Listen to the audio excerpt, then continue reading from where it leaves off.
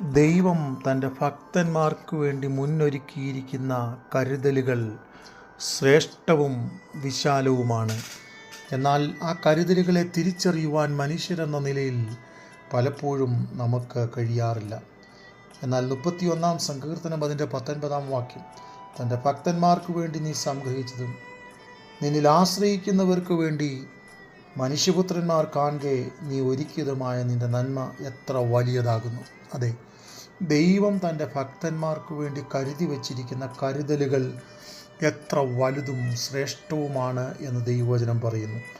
അതുകൊണ്ടാണ് ഫിലിപ്പിയ ലേഖനം 4-ാം അധ്യായം അതിൻ്റെ 19-ാം വാക്യത്തിൽ ഇങ്ങനെ പറയുന്നത്, എൻ്റെ ദൈവമോ നിങ്ങളുടെ ബുദ്ധിമുട്ടൊക്കെയും മഹത്വത്തോടെ തൻ്റെ ധനത്തിനൊത്തവണ്ണം ക്രിസ്തുയേശുവിൽ പൂർണ്ണമായി തീർത്തു തരും.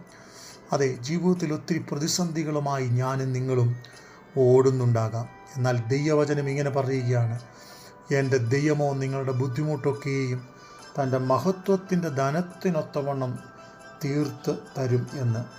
അതെ, പ്രതികൂലങ്ങളുടെ നടുവിൽ ജീവിക്കുന്ന ഓരോ ഭക്തനോടുമുള്ള ബന്ധത്തിൽ ദൈവത്തിൻ്റെ കരുതലുകൾ വിശാലമാണ്.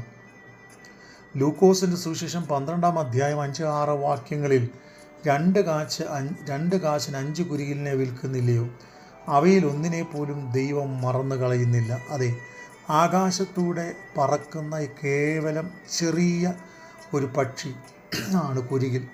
ആ കുരികിനെ പോലും വിലമതിക്കുന്നു നമ്മളുടെ ദൈവം. പ്രിയ ദൈവമക്കളെ, നമ്മുടെ ജീവിതത്തിൻ്റെ സകല കാര്യങ്ങളെയും ദൈവം ക്രമീകരിപ്പാൻ ശക്തനായ ദൈവമാണ്.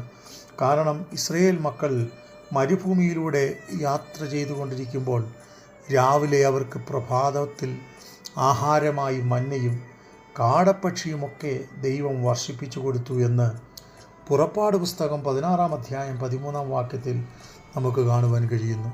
അതുപോലെ ആഹാരത്തിനായി ബുദ്ധിമുട്ടിയ പ്രവാചകനാകുന്ന ഏലിയാവിന് ക്ഷാമകാലത്ത് കാക്കയെ കൊണ്ട് ദൈവം മുഖാന്തരവും വഴിയുമൊരുക്കി. അതിനുശേഷം കെരീത്ത് തോട്ടിൽ വെള്ളം കൊടുത്തു. അതുപോലെ സരാഫാത്തിലെ വിധവയുടെ വീട്ടിൽ ആഹാരമൊതുക്കി.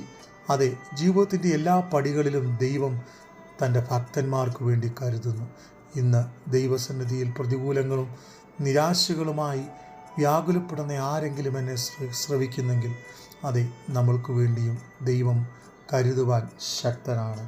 ദൈവം ഒരുക്കി വച്ചിരിക്കുന്ന കരുതലുകൾ വലുതും വിശാലവുമാണ്.